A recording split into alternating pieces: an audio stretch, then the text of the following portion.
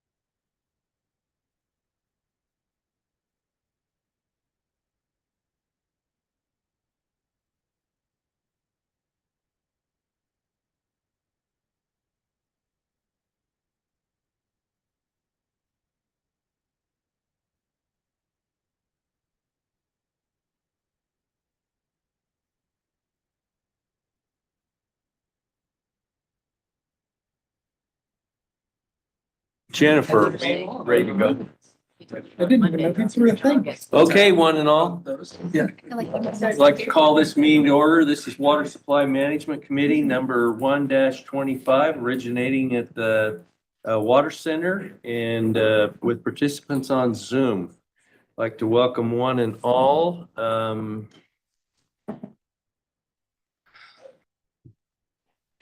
Introductions. I think you can just say all your committee meeting members are here. Mr. Okay. Chairman, plus a few extra board members. You got Dale Van Stone and Pat McMahon, it looks like Online. on by Zoom. Okay.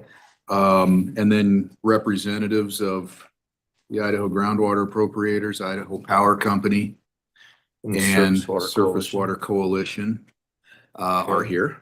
All right. Okay. All right. Do we know, are we, TJ, Stephanie coming today? I understood that she was, yeah. Okay. I don't know if they're in session or what's going on, but. They're definitely off the floor. They're not Yeah. on. the- But I know that she had a bill, her name was on, that was being presented this afternoon, so I don't know if she found somebody to cover for her or what's going on there. Now they got some seats down there. Okay. All right. Well, we'll acknowledge them, when they arrive. Okay. There they are. There they are. We've got seats right up here in front Come to the for front. our most distinguished guest.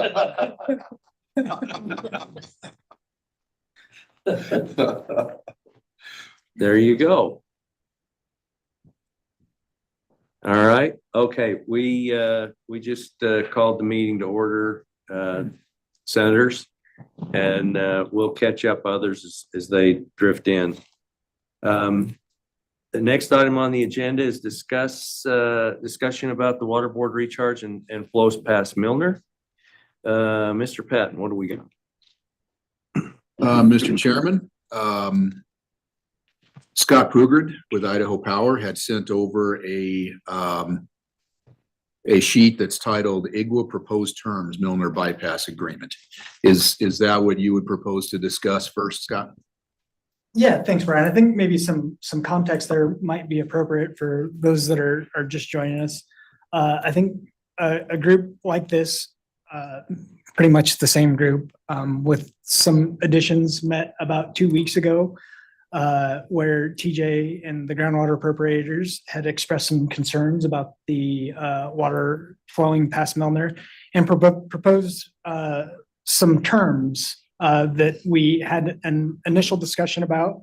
And in my mind, this is a follow-up to that discussion where Idaho Power had responded to the groundwater appropriators terms, and there has been an exchange between council for both parties. And I think, I mean, I don't want to represent or bind IGWA to this document, but this is the latest iteration of the terms that were proposed, and 1 through 6 should be fairly familiar, and then we've got terms 7 through 10 that are late additions. So with that context, yeah, happy to jump in, or I'm not sure, TJ, how you'd like to do this.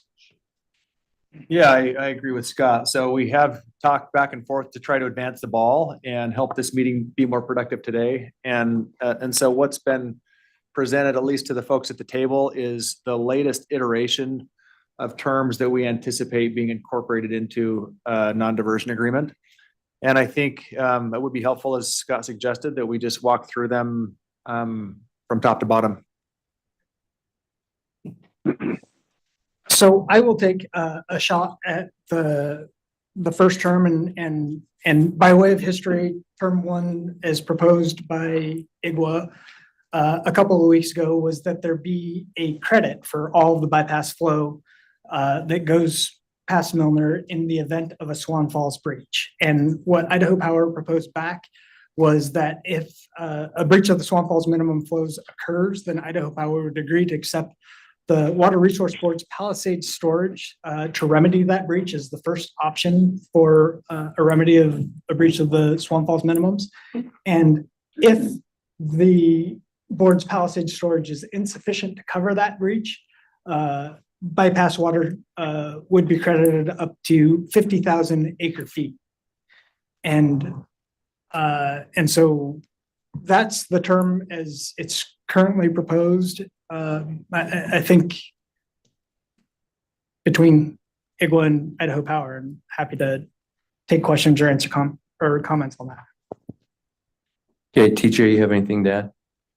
Only on that, the Palisades storage component, that was something that the power company proposed. I don't believe anyone from the board has had discussion about that. Is that correct? So this gives us a chance to get input from the board on that. I do have maybe a question about the 50,000 acre feet credit, but let's first talk about the Palisades storage part.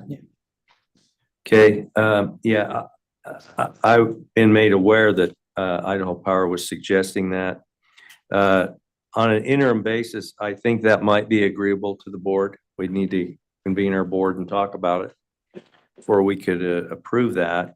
I don't think that we ought to rely on that block of storage water forevermore to mitigate the effects of trust water diversions that they might have on the Murphy minimums.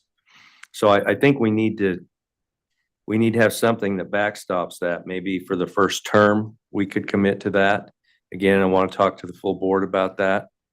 But I think for the future, I think those who hold trust water rights need to be looking at a mitigation plan that they can present to the director that will give the director some confidence that he won't have to pre-regulate, pre-curtail diversions of groundwater to forestall any breach for the Murphy minimums. So that's kind of what I'm thinking. Other board members have anything to add? Okay. A question on the 50,000 acre feet. Is that like on a per event? Is that how you're envisioning that? 50,000 acre feet per event and until the credit's gone, to the extent there's water in the bank, so to speak. TJ, that's not necessarily a detail that we had anticipated. But I think the way that I'd originally thought about it is be per season, right? Yeah. That's how I envisioned it. I think that's helpful as well. I guess you could have, there's the shoulders where the drop, so you could maybe it's annual, something like that. But as I mentioned to Scott, these aren't all terms that the groundwater districts have reviewed and approved or something like that. So we've gone back and forth to try to advance the ball, but we do want to give other folks at the table a chance to comment on any of this. So I don't know, and Travis, this is probably the first you've seen these since 2 weeks ago. So if there's other folks that have comments on any of these terms, please speak up. Yeah, I'm just Travis Thompson with certain members of the Surface Water Coalition. I don't represent all of them. Garrett Kittimer is here with Norm Semenko's office, represents 2 of the entities. I'm just this is the first time I've seen this, but I don't know, are we being asked to sign something as a party? Are there other entities that are going to have an agreement? I'm just a little confused about this process. Well, this would be an agreement between the Idaho Water Resource Board and Idaho Power. But we are looking for parties to become aware of what we are going to do and would like to have support for the final agreement once we get that put together and present that for public comment. And we certainly can do that, Mr. Chairman, having an opportunity to review that with our clients, go through that. I also think, one entity that probably should be consulted is the Mid-Snake WAG. I do represent Twin Falls and Northside Canal Company, who sit on that board that are in the crosshairs of this new revised TMDL. And so this agreement, I think, could impact what's going on there. Okay, thank you. Okay, so just so I can get clear in my mind, what I think is being proposed is that there would be a credit up to 50,000 acre feet per season. And I guess in theory, if 5,000 acre feet of that were needed to cover disruptions at Murphy, then 5,000 would be added to that the following year, and it would top off at 50, provided there was water that was not diverted during that season. If there was no water diverted and you lost 5,000 the year before, then the number would be 45 the following year. Is that a reasonable explanation? Okay. And I think that meets the intent of the parties. Okay. All right. Anything else on number 1? Mr. Chairman. Yes. I have a question probably for Scott. So how would you anticipate the 5,000, the board's 5,000 in Palisades? Would you use it at the time that the breach took place, or what would be your ideas on when?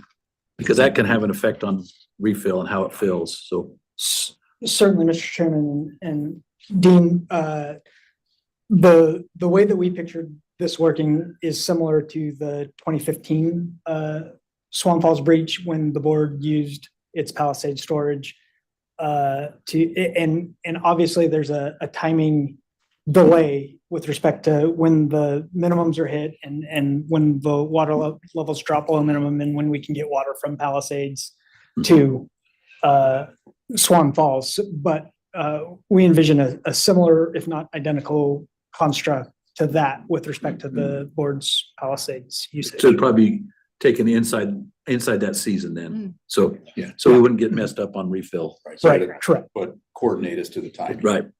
Okay. Thank you. Thank you, Mr. Chairman. Okay. Rhino. Just a question, Brian Olmstead, Water Resource Board. So the timing on the breach is, when we have had the breaches, have they been, a couple of months, April and September? Is that it, or?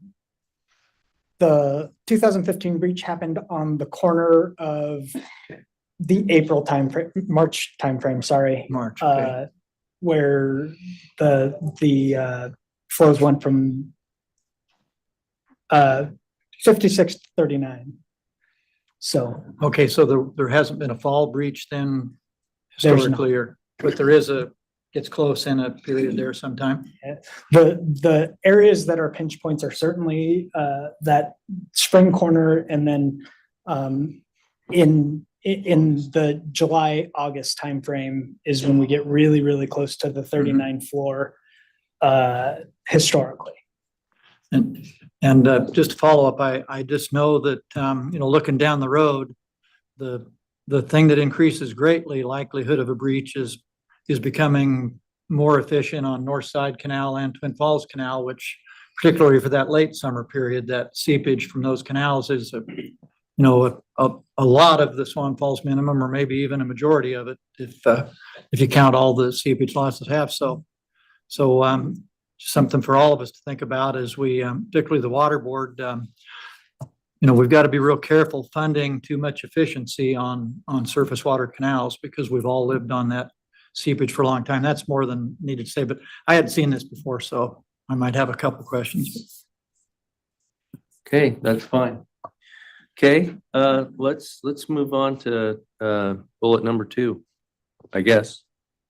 So the second bullet was, I think, responsive to the concerns expressed by IGWA about Idaho Power's advocacy in various forums that could result in the curtailment of groundwater use. And the way that I proposed to address that is, instead of implicating a groundwater management area plan or other administrative, legislative, and judicial proceedings, is to just be a little bit more direct by saying, during the term of the agreement, Idaho Power will not advocate for new administrative, legislative, or just judicial involuntary curtailment of groundwater use. And from the company's position, that's something that we're committed to in recent history, with the exception of obviously Swan Falls, TJ, as you pointed out to me earlier. That's a position that the company has consistently held throughout our time, or certainly my time with the company, is that we've never advocated for the involuntary curtailment of groundwater use, certainly in the 5 years that I've been here. So that's Idaho Power's proposal in response to IGWA's concern. Okay, TJ? Yeah, that's I think a pretty accurate description. This version does have a few edits from the last version that IGWA had proposed. And in section 2, the way IGWA had worded it was that the company would not advocate for administrative, legislative, or judicial actions that would require involuntary curtailment. The company changed the wording and inserted the word new. And as I talked to Scott while I was driving over today, and he explained that they didn't want to waive their rights under Swan Falls or something like that. And that's why that word new was in there. I think we may need to think about how to word that properly, but the concept is there that we're not expecting Idaho Power to waive any of its rights under the Swan Falls agreement. But as Scott mentioned, the company's committing to not advocate for curtailment in other contexts. So that's the concept that item 2 seeks to capture. Is that fair enough? Yeah. Okay, board members, any comments?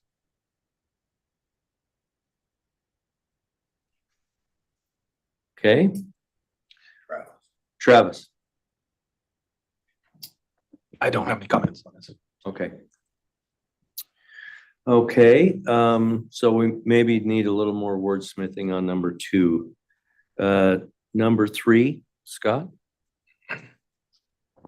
So this provision remains largely unchanged from IGWA's original proposal, where the parties would agree that the board cannot divert all, or the board may divert all available water for recharge if the department adopts a groundwater management plan or issues any other order requiring groundwater users to conserve more groundwater than is required under the 2024 stipulated mitigation plan. And that remains largely unchanged. Okay, TJ? Yeah, Mr. Chairman, I agree with Scott on that. The top part of the sheet for those who are in the audience, and do you have copies back there? Well, we have it up on the screen. It's up on the screen. Okay. If you go, Jennifer, could you scroll up to the objective sentence at the top? So I think everybody can probably see this that's here, and for those that are online, the objective of the groundwater users is to make sure that any bypass occurs in a way that doesn't increase the risk of curtailment of groundwater rights. And that's what item 3 is designed to address. And I'm, encouraged that we've reached an agreement on that. And I don't have anything further to add. Okay, Travis? Again, just pointing out the objective, I think that needs to be broader in the context of not just a water quantity issue, but that's something I think further comment from others that are affected by that group that I referenced earlier should look at. Okay, board members? Brian? I kind of agree with Travis on the objective. The other likely candidate for injury from possibility at zero flow at Milner in the wintertime is the city of Twin Falls with the TMDL water quality issues. The TMDL has never quite been successfully completed yet because it's been kind of a moving target. It's a phosphorus concentration TMDL. And it was all, the 2005 TMDL was written based on flows that, flows through the Middle Snake River through the whole year.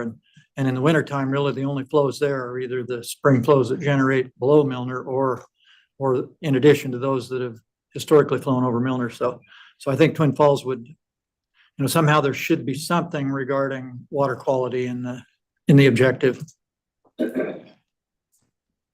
Okay, other comments, board? Okay, number 4, Scott? Thanks, Mr. Chairman. Number 4 is an acknowledgement that the agreement does not in any way undermine or impair the Two Rivers Doctrine or Milner Zero Flow policy in Idaho law. And TJ and I had a really good discussion, and I think that about the meaning of the Two Rivers Doctrine and the Milner Zero Flow issue. I appreciated that. I really did, TJ, and appreciated your comments to conclude that portion of the discussion. The previous iteration of this condition had an addition to the sentence that you see on the screen, and that addition was that nor does it create any precedent by which Idaho Power could claim any right to the waters of the Snake River upstream of Milner Dam. Idaho Power had some concerns with that condition because it already has water rights upstream of Milner Dam and it's American Falls storage. And we also feel like it would be contradictory to the provision in the 1984 Swamp Falls Agreement that encouraged Idaho Power to acquire water upstream of Milner and run it past. So without defining what the Two Rivers Doctrine means or Milner Zero Flow policy means, TJ and I were able to settle on an acknowledgement that this agreement doesn't undermine or affect those two doctrines. Okay, TJ, you're good? TJ's good. Travis? Travis is good. Board members? Yeah, I think we want to, this is a good statement to make. I think we all want to make sure that there's no confusion on that point. Okay, next, number 5. Thanks. Number 5 is an acknowledgement that nothing in the agreement would limit or interfere with the state of Idaho or the board's authority to manage recharge in accordance with applicable state law. We think that's a pretty safe and non-controversial statement. And that's all I've got on that one. Okay, TJ, Travis? Yeah, just to clarify, is this the state of Idaho being the Department of Water Resources and or Water District 1 too? 'Cause I assume managing recharge, administering rights and priority includes the water district. Yeah, I think so. If we need to put more detail into that, we could consider I'm just that. referencing Scott's point to the water board and managing. Yeah. I just want to make sure that covered. Okay, Thanks. all right, board members? Okay, number 6, Scott?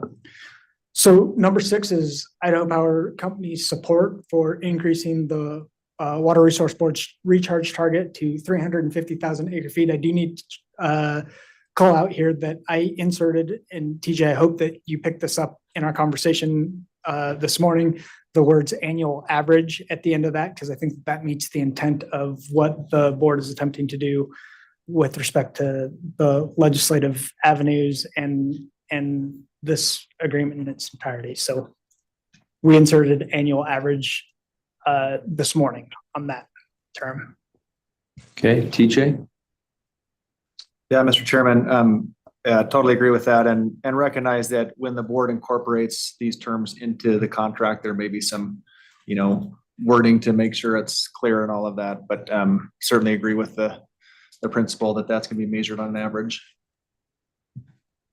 Travis? Good. Travis is good. Board members, any comments? Mr. Chairman, Yes, go right ahead. can I ask a question? You most certainly may. And it's probably pointed towards TJ. Would there be no averaging on this figure of 350,000 acre feet? No, that will be on an average. So the board some years will do more than 350 and some years less, but that goal is to be achieved on an average basis. So that's how the board's measured their success with the recharge program in the past, and we anticipate that would continue. There was discussion about a 5-year average, I think, which is not spelled out in here. So I don't know what the board's current position is on the timeline for that average, but yes, we anticipate that that the bypass terms that deal with these targets are going to be based on an average over some period of years. Okay, just to follow up on that, Senator Burton-Shaw, I'm hoping we need to determine what the appropriate average cycle is. Is it 5 years? Is it 10 years? Is it 15 years? What might it be that makes the most sense? Then I'm hopeful that the board can incorporate into the recharge policy that we amend to include the 350, some guidelines on how that works, a band, if you will, that is a range above or below 350 that indicates that we're still on target to maintain that average of 350 over time, and give this board and future boards guidance, as well as let the public be aware of how the water board intends to operate the managed recharge program. Thank you. Okay, number 7. Thanks, Mr. Chairman. This is a new Idaho Power proposed term that was not in the version of the terms that we talked about a week ago. And it is a blanket statement that says nothing in this agreement is intended to modify the terms of the 1984 Swamp Falls Agreement or the 2009 Swamp Falls Reaffirmation, nor limit the company's ability to advocate for the terms contained therein. And we feel like the terms above and frankly below number 7 are consistent with this directive, and it's something that the company feels strongly about. Okay, TJ. Yeah, Mr. Chairman, I think it's appropriate to include that type of acknowledgement in the agreement. Okay, Travis. Travis is good. Okay, board members, any questions or thoughts on this statement? Okay, moving on to number 8. Number 8, Mr. Chairman, is an acknowledgement that unless suspension occurs under the terms of the agreement of not to divert, the parties agree to continue the collaborative Upper Snake cloud seeding program during the term of the agreement, so long as cloud seeding program is deemed prudent and legal. And the terms prudent and legal are important to the company because of the Public Utilities Commission and their annual, I think it's annual determination that Idaho Power is prudently spending its ratepayers' dollars to conduct the cloud seeding program. It's our authorization from the PUC to continue the cloud seeding program. And the legal portion is an acknowledgement that there is a trend or there's the potential that the legislature or the federal government could ultimately come in and deem cloud seeding illegal. And the company was sensitive to the idea of being required to do something contractually that was illegal. So that's. Okay, TJ? Yes, thank you, Mr. Chairman. I think that is an appropriate term. I do have a question, Scott. That first sentence, which is new to me, I know you mentioned it on the phone, unless suspension of the agreement occurs, is that the same as during the term of the agreement, or is that something different? I think both, TJ. I think that this would apply during the term of the agreement, but there are certain provisions in the agreement, like your proposed terms 3 and 10, that would suspend a bypass flow. And in the event that that bypass flow was suspended, the company would need to evaluate whether or not it would continue cloud seeding. Or the parties would need to evaluate that. So just thinking through how this might work, if in year, let's say there's a 4-year drought or something like that, and the board doesn't have a lot of, as much recharge capability as it would like, and the board's average falls below 250, the company wants to be in a position to say, since we're below 250, we can suspend cloud seeding during that time. Explain the thinking behind that, because it seems kind of counterproductive to me. I would think that the cloud seeding would be all the more important under that scenario. I'm going to jump in here. I think we probably need to define under what criteria suspension of the agreement not to divert, because I think number 10 is completely different from number 3. Yeah. I mean, I think it's different reasoning. So I think we will, as I look at it, I picked up on TJ's comment because I was thinking the same thing. If we happen to be in a situation where the recharge number were to go below 250, which I'm very hopeful with building out some additional capacity, it never does, that wouldn't be the same trigger as the trigger in this other item, number 3.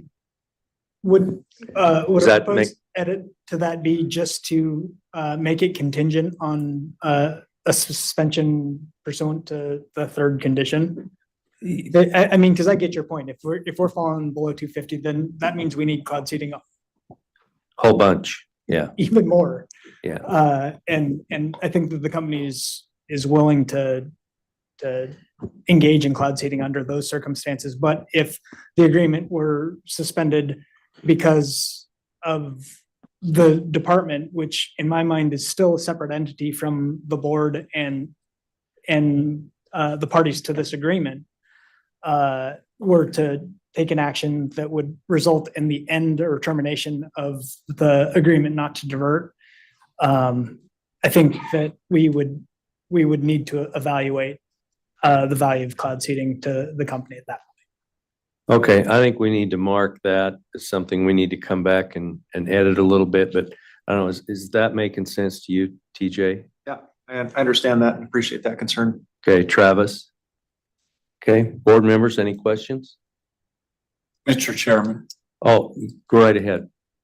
um, You outrank me here and everywhere.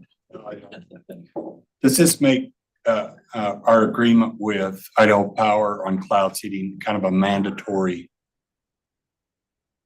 process by falling into this agreement? Do we have a are we mandatorily compulsory to be involved in the cloud seeding program? Well, I think in addition to this, Idaho Power is looking for a reasonable length agreement with the water board on the cloud seeding partnership. And I think both of us need that. They need it so they can plan for equipment and personnel and whatnot. And we need it so that we know we have the program in place on an ongoing basis. And that's, I'd agree with that. Yeah. Completely. That's what I'm asking. So in a future plan, that would be part of the expenses. Yeah, we've just had year-to-year agreements, and I think for everybody involved, it would be better to have a longer term agreement worked out, and that's one of the things that we're looking at with the cloud seeding program. Brian Olmstead. Mr. Chairman, so my only thought is, and maybe it's for a different place entirely, but you know, provided that we have the, as long as the cloud seeding program's prudent and legal, do we not want to say that, you know, that the parties, if it's agreeable to both of them, will be seeking to expand the program also, or does that, no need for that in here? I mean, to meet the 350, I think, you know, a larger cloud seeding program would increase the odds a lot, but I don't know how to put it in. Well, I suspect that that's all things that need to be worked out and put into the partnership on cloud seeding agreement, and not necessarily this agreement, not to divert. I agree with that position, Mr. Chairman.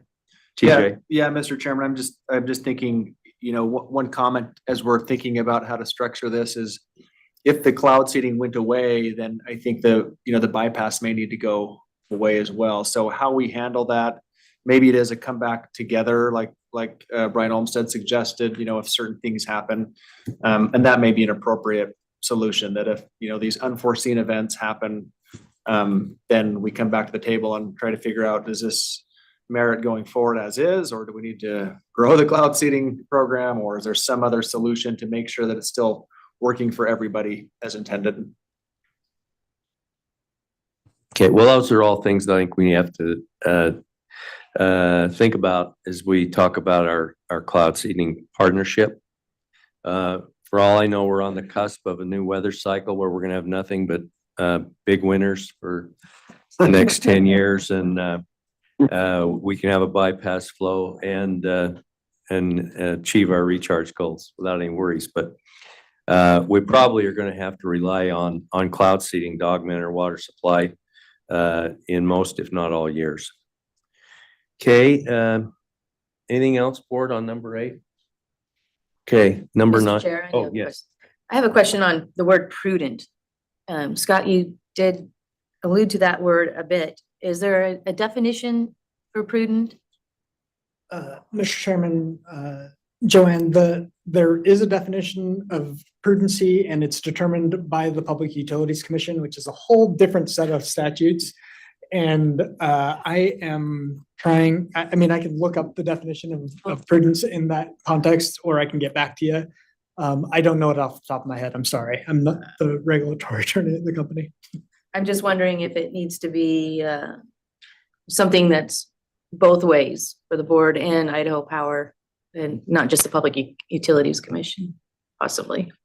Like if we don't have the funding for cloud seeding, is that not prudent to proceed? Sure, and that is, sorry, that's largely worked out through the agreement to cloud seed with the board, where the board's contributions are predicated on legislative funding, and typically that's how we've addressed that particular issue.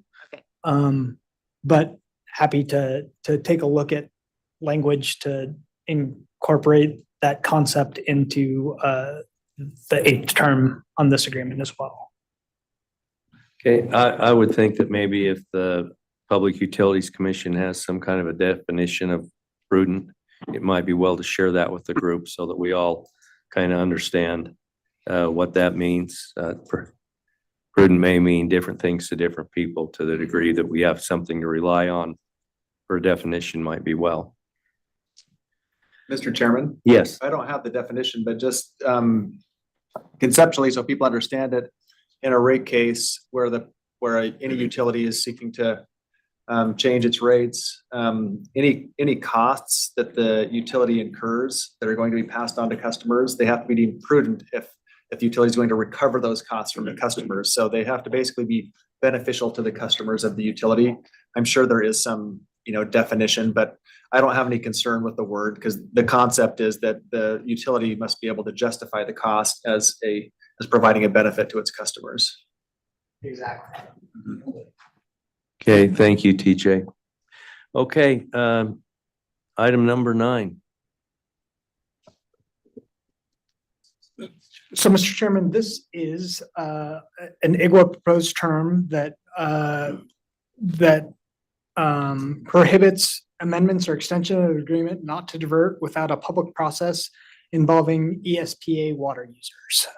And I think that, and I don't mean to put words in your mouth, TJ, but I think that this is the process that the groundwater appropriators are envisioning for a public process, and just an acknowledgement that continued negotiations and amendments or extensions of the agreement would occur in this setting. TJ?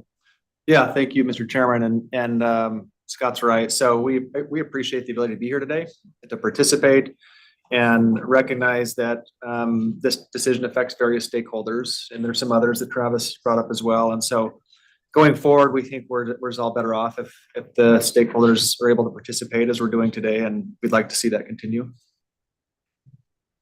Okay, Travis?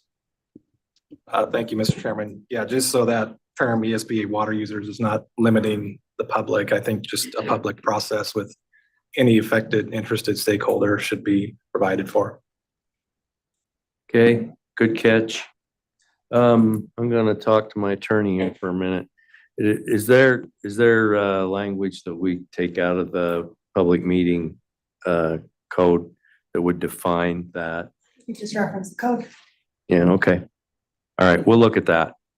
Okay, all right, board members, any comments?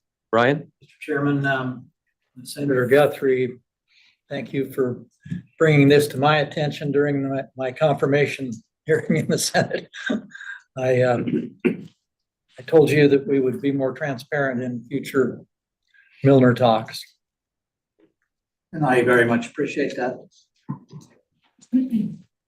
Okay, other comments, board members? Okay, all right, and number 10, we've talked about that a little bit. Scott, if you want to follow up, close that out.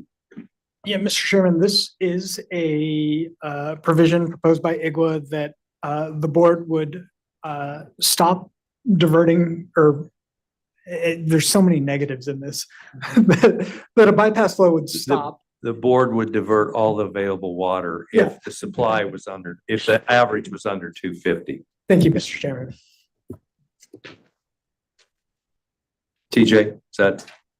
Yeah, we talked about that, I think, 2 weeks ago, that's the current goal. So we're looking at what do we do when the board exceeds the current goal? And if they fall short, we think that needs to be returned expeditiously as possible.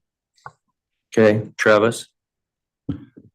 Mr. Chairman, no comment in the context of this agreement. It's just that there may be these other processes and issues that are affecting what the board does or doesn't do at Milner that need to be considered. But certainly in the context of this agreement, that's fine. Yeah, thanks for pointing that out. One thing might be is if we needed to let some water go by to meet the Murphy minimum at the end of March. If there were water available there rather than recharging it, that might be a concession that would need to be figured out in there. Okay, board members? Brian? Mr. Chairman, I would just agree that, absolute no might be, there could be some circumstance we don't know right now, whether it be, sturgeon dying or a water quality violation or something where we might have to have limited releases for some other purpose. And so, maybe it's okay in this agreement, but we need to have some flexibility. Okay, Joanne, you good? Okay, all right. Mr. Chairman. Yeah, Well, Go one ahead, Dean. comment. I think on this, we need to look at that. If we're getting close to breaching the Swan Falls minimum, we definitely need to stop recharge at that point. So I think we need to make sure we spell out in that condition, breaching Swan Falls, still having recharge going out doesn't make much sense. So I think we need to make sure we have that latitude in there to respond to that. yeah, I would certainly rather send a few thousand acre feet of natural flow down in lieu of recharging it than release our storage. 'Cause we might need that later. Yeah. Release our storage or whatever, and then not end up in a, recharge and end up in a breach because we recharge. So Yeah. Okay, all right, that was pretty easy. Okay, we've gone through that. Has anybody thought of anything else about these terms before we move on to the next agenda item of public comment? We're good? Okay, do I want to? Talk about proposed agreement or at all? Or just move on? Well, I mean, these are terms that would be incorporated into an agreement. And we have some really, really rough draft language out there, but I think given that all of this needs to be incorporated into the agreement now, we need to back up and look at that agreement and see how we structure that agreement and put that into a draft that we can then evaluate together as a group. And that would be the next step now that we have I guess pretty much agreed on these terms. These terms need a little massaging. Sounds like we need to reach out to 2 or 3 other parties that would be impacted by whether or not all the flows at Milner are diverted through the winter or not. So we need to take those steps, but that would probably be the next thing, I believe. Okay, so we'll move on to public comment, and I guess we're going to kind of prioritize that a little bit. We have some legislators here with us. The Senate is very well represented. Do any of the senators have any comments that they would like to share with us before we move into the general public? I don't have anything. Okay, Senator Guthrie, you're good? Okay, well, we appreciate your interest in what we're doing over here. I guess somebody needs to keep an eye on us. Appreciate everything that you do for the water board and water in general. You're great leaders. Okay, we have I got 2 sheets here. Bob, Bob, you signed in, but you didn't. Bob Turner, you didn't indicate you wanted to testify. There you are, right? Yeah, I'm looking. Okay. Okay. Well, I thought you were sitting back in the back earlier. All right, you tricked me. Okay, are you okay? Did you have any comments? Just signed in. Okay. All right, Andy Waldera, no. Nothing to add, Chairman. Jackson, you're good. TJ, Lynn Burtonshaw. Maybe if you could come up, and there's a chair right there in the corner by Senator Van Orden with a live mic so that the people online can hear your comments. I'd like to welcome Representative Mickelson. She's just joining us, and maybe upset to hear that we've agreed to give the whole river to Idaho Power. She's not listening. Sit down. I had to do 2 water. That goes through. Okay. All right, we are to public comment on the agenda. Representative Mickelson, we went through all of the proposed terms that IGWA and Idaho Power have been working on, and I think we've come to some consensus. Have a couple of items to go back and massage a little bit, but I think we have some terms that we can build an agreement off of. Okay, so Mr. Burtonshaw, maybe give us your name and where you're from and tell us how we're doing. I can't tell you how you're doing, Jeff. I can tell you some of my perceptions. And my first question would be, didn't we make this agreement for cloud seeding years and years and years ago? And why are we still addressing that? Didn't Idaho Power agree to do the cloud seeding multi-years ago? And why are we still addressing that and paying for that? That would be my first question. Yeah. Mr. Chair?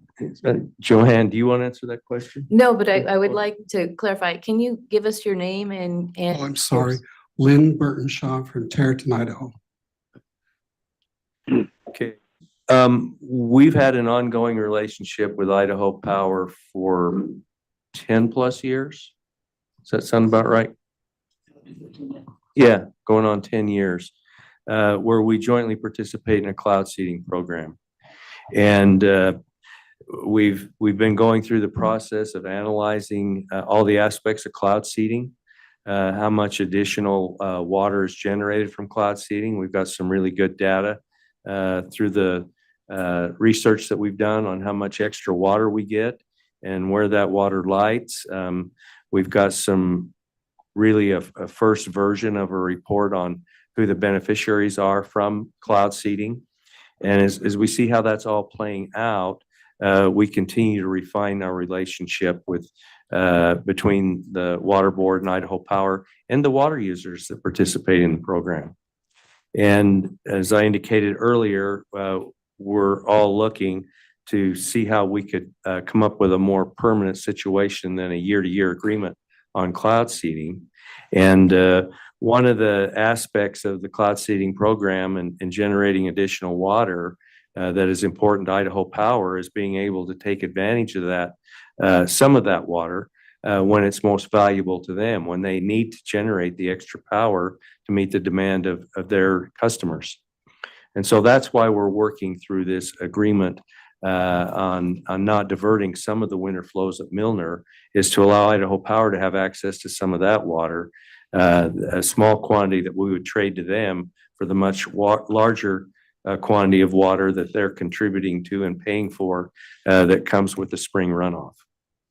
So that raises another question for me, and that is Idaho Power,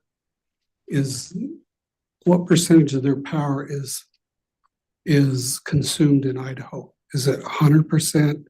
Is it 90%? Is it 60%? Are we giving away basically water to produce power for other states, other entities?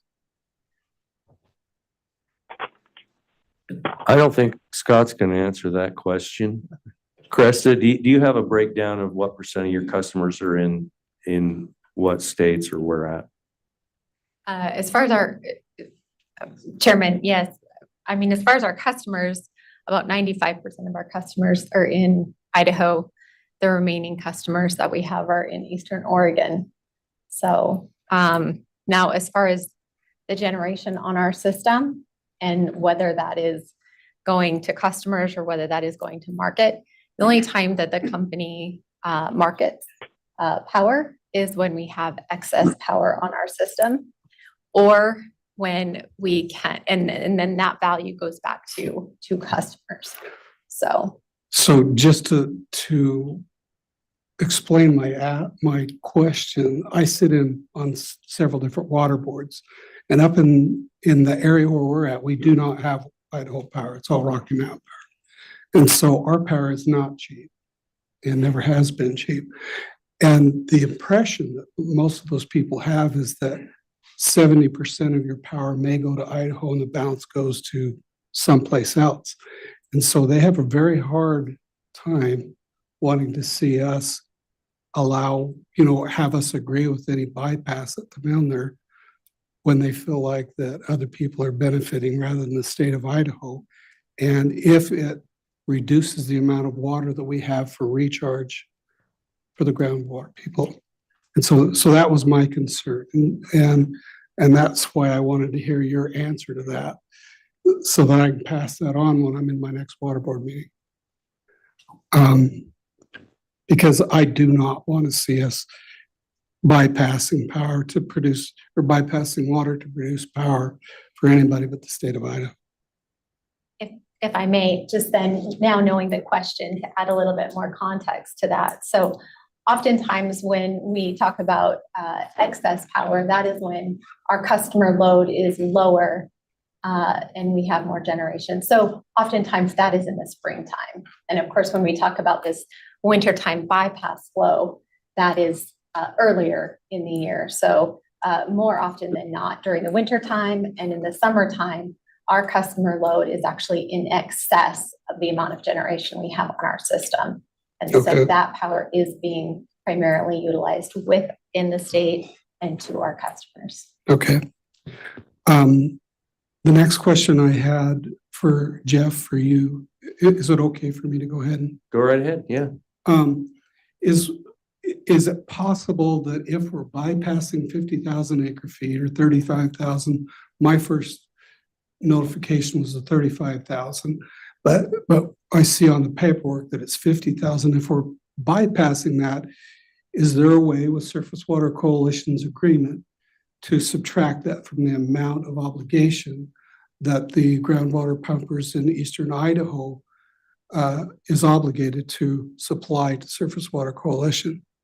To me, it looks like it would be a wash, but I could be wrong, because I'd like to see if you're short of being able to do the 250 or the 350, we darn sure don't want to send 50,000 down on the bypass.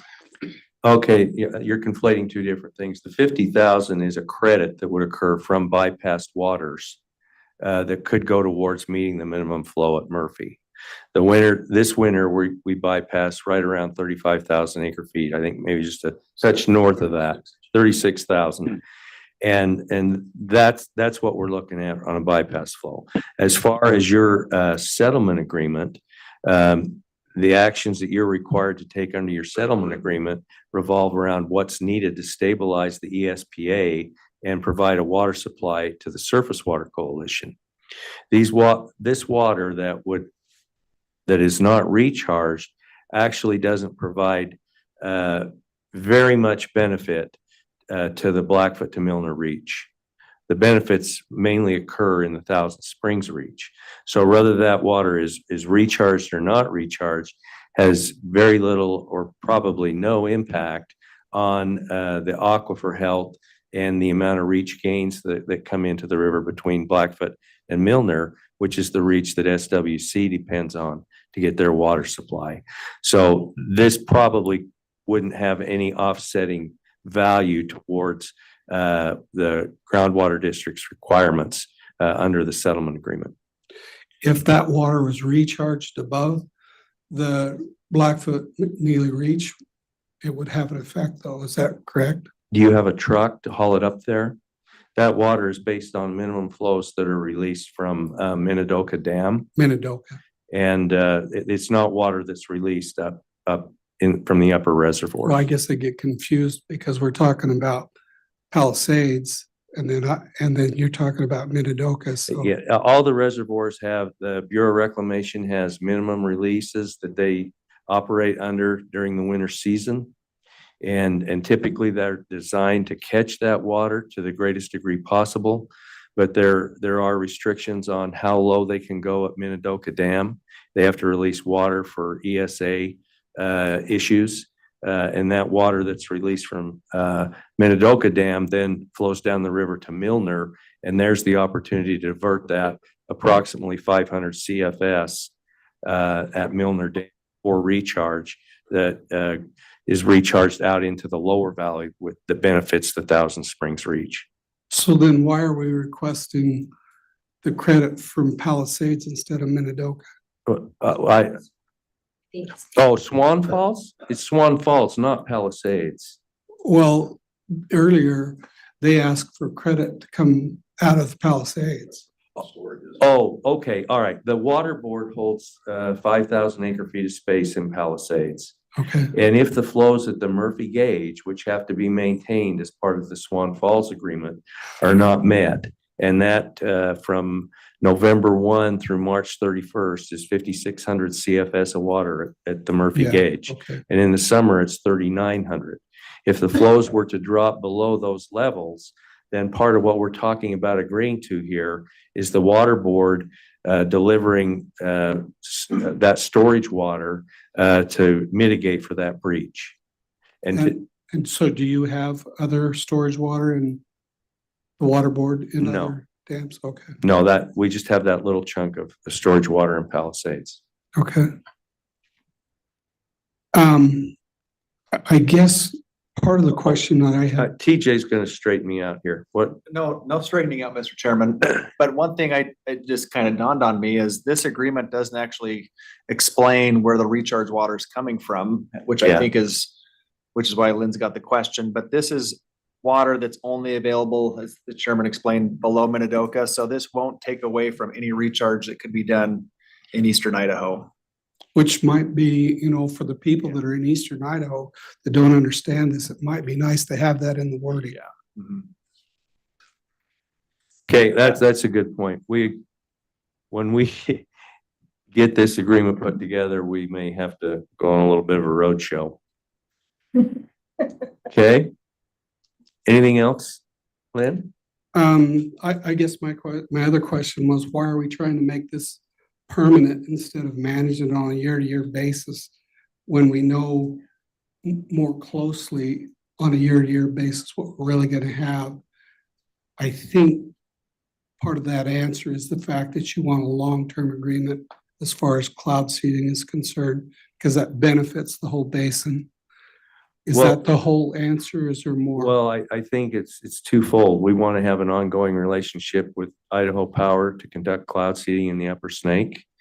And Idaho Power needs to have some kind of an idea so that they can manage their business, that they know they're going to have at least some water, except under very unusual circumstances that they can depend on to generate power in the winter, so that they're not in and out of the spot market as much, I think. And Idaho Power may have a different answer than that.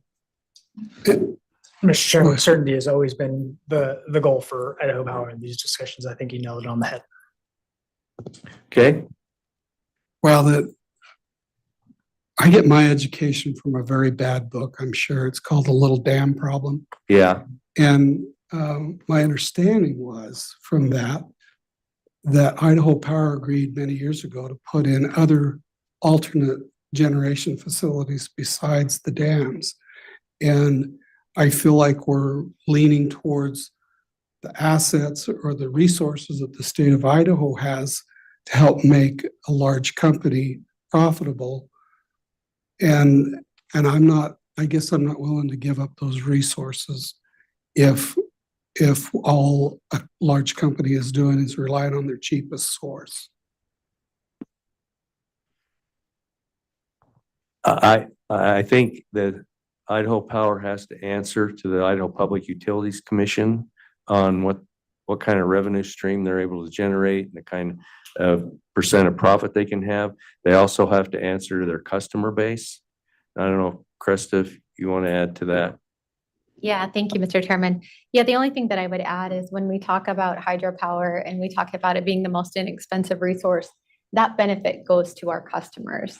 So our customers then pay a reduced cost for their energy instead of going to market or running higher cost resources. And in parallel to this, we are adding additional resources onto our system. But as we all know, the state is growing substantially, and with that growth comes more demand. Yeah. So we're keeping up with the demand, but we're also relying on the resources that we've historically relied on at the same time that we're adding new resources. So just a few things to keep in mind. So one of the reasons why I struggle with this, when you bring up PUC, Right. I had a project proposed, a large solar project. So Rocky Mountain Power goes to the PUC and says, okay, we have 5 people proposing these large projects. And we feel like it's going to cost us $500 million to put that in. So we're going to divide that 5 ways. So I was 1/8 of a mile from the transmission line and the substation, and I got a bill for $1.4 or $5 million to put my transmission line 1/8 of a mile. So I have a struggle with believing a lot of the things that go on with the PUC. I don't think they do a lot of their research.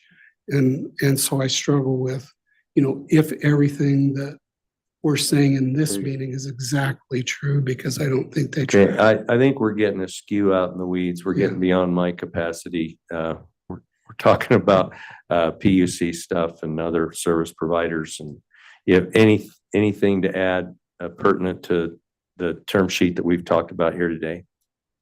I don't think so. Okay, Jeff, I appreciate you allowing me to. not a problem. Thank you. Thanks for coming over. Okay, next up, we have Jay Cobb.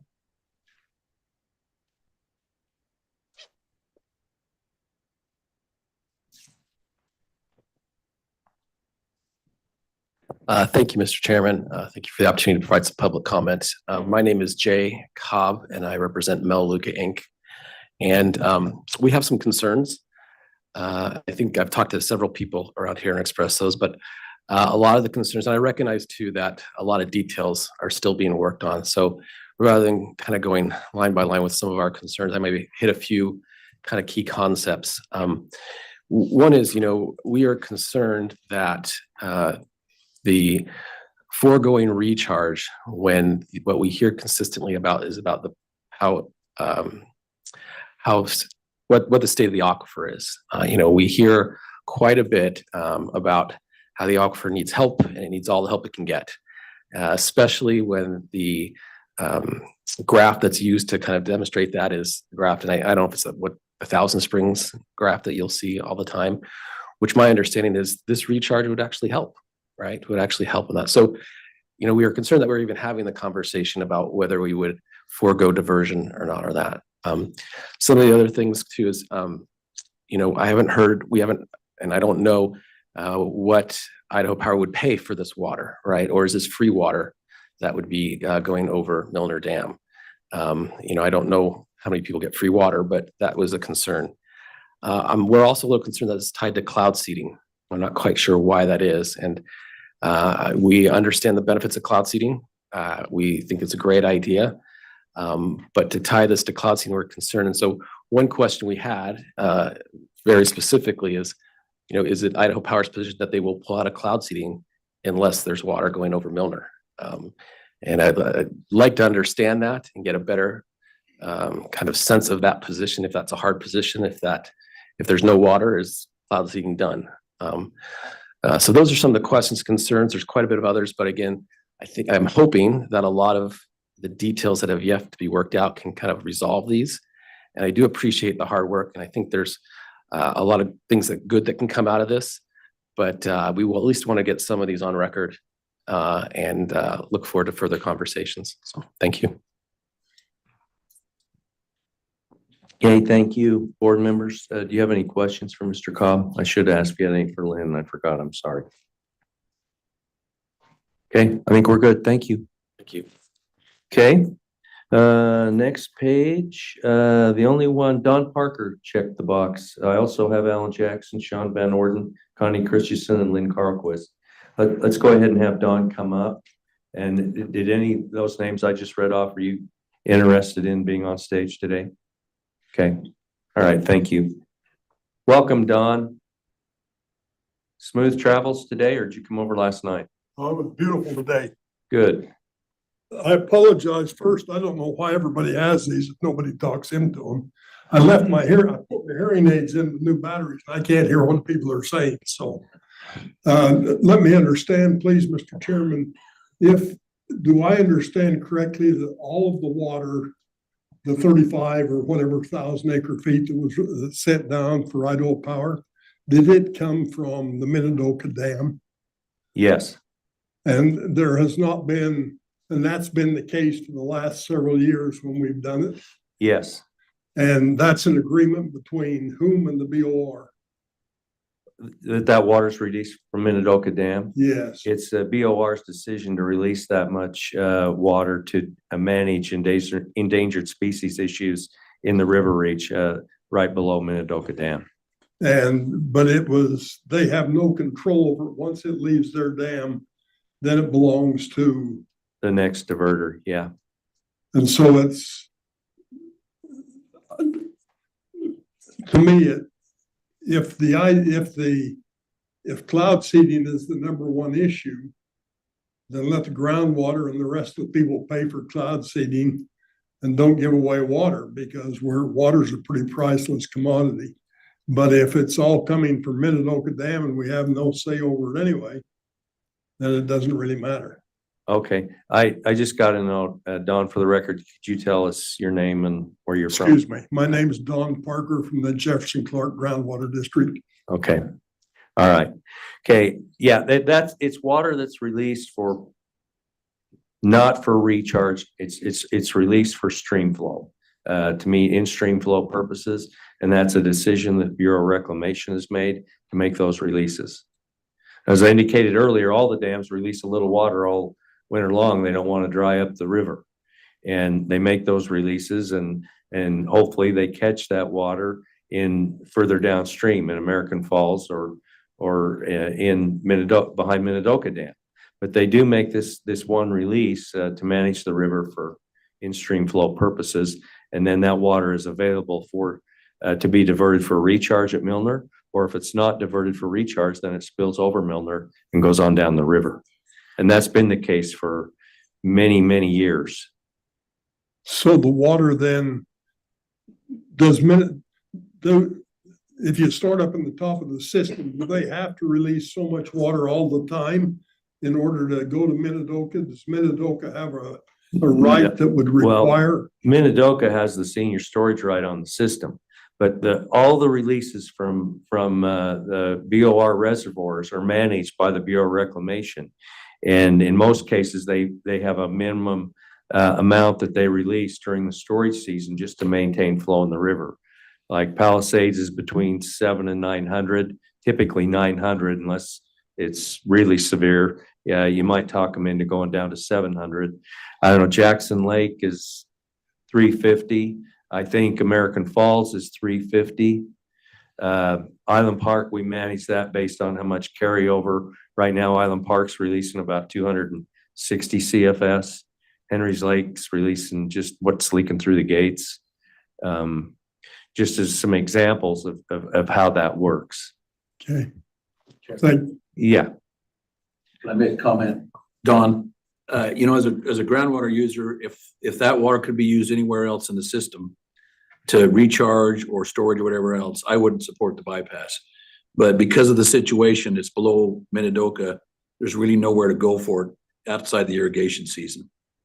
So, that it doesn't impact anything that could be used above Milner or anywhere else. This is the only place it could be used during the winter. Well, that makes a lot more sense than trying to figure out how come you're stealing my water to try and make it work. So thank you for your time.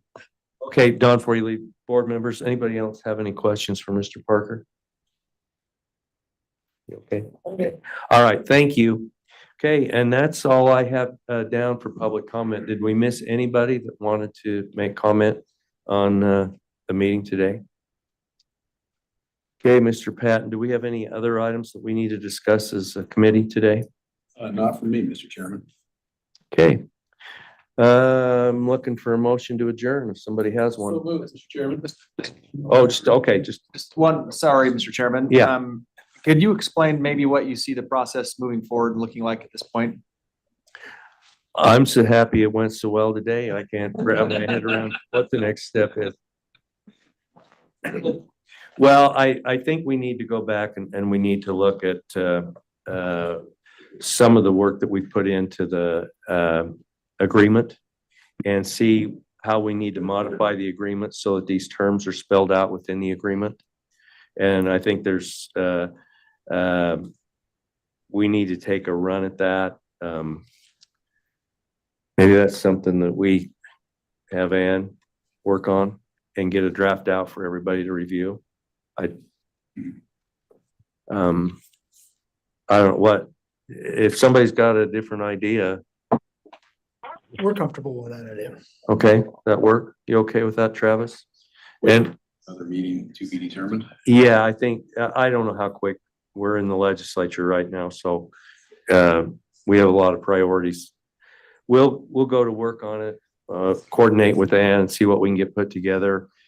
Travis, if you you could work through your clients to that WAG, is it the mid-snake WAG? Is that what you said? Yes. And maybe, I believe the chairman was listening today, so he should be aware of. okay, if they have some input that they would like to provide us, if they could get that to us fairly soon, that would be helpful.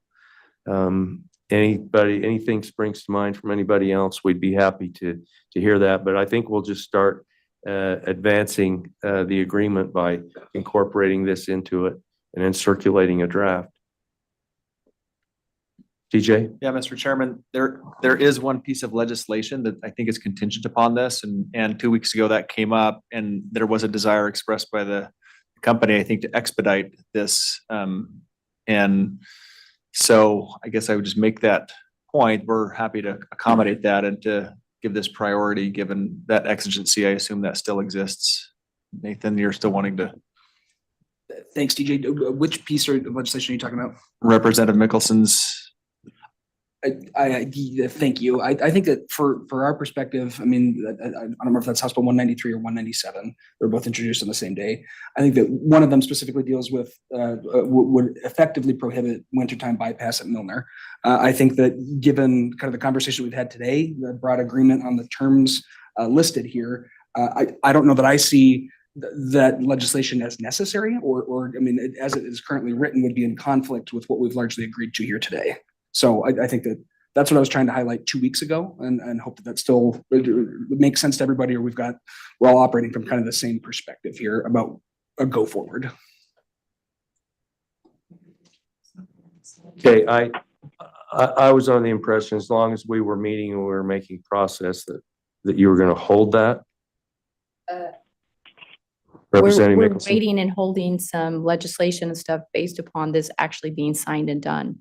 Because we need to have assurances that this will actually shake out the way that we believe it has. Because having been through some of these water meetings for extended periods of time, like the entire summer clear into the fall, I don't think any of us feel like that is an appropriate time frame for this situation. And so we need to know with the surety that we have this done. And so in my mind, I think this needs to be buttoned up and wrapped up by next week sometime.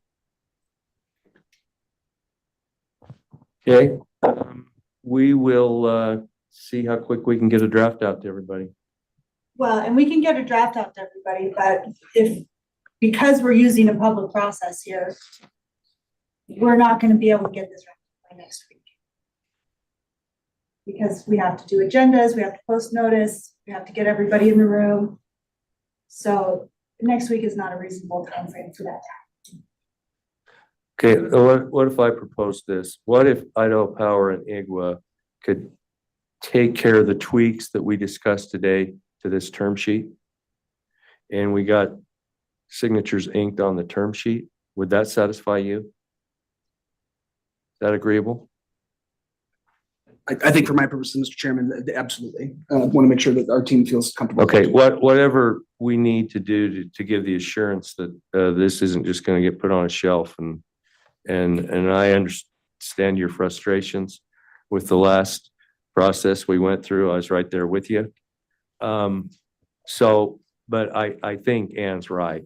I think if we're gonna, I don't think we can expedite things quite as quickly and easily as the legislature can. So we've got to go through our processes. So why don't we get the two teams together, come up with a language we can all agree to as a term sheet, and ink a term sheet, and then the agreement will be based on that, if that's acceptable. Okay.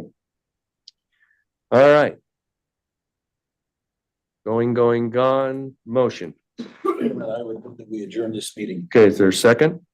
Second. Been moved and seconded. All in favor, say aye. Aye.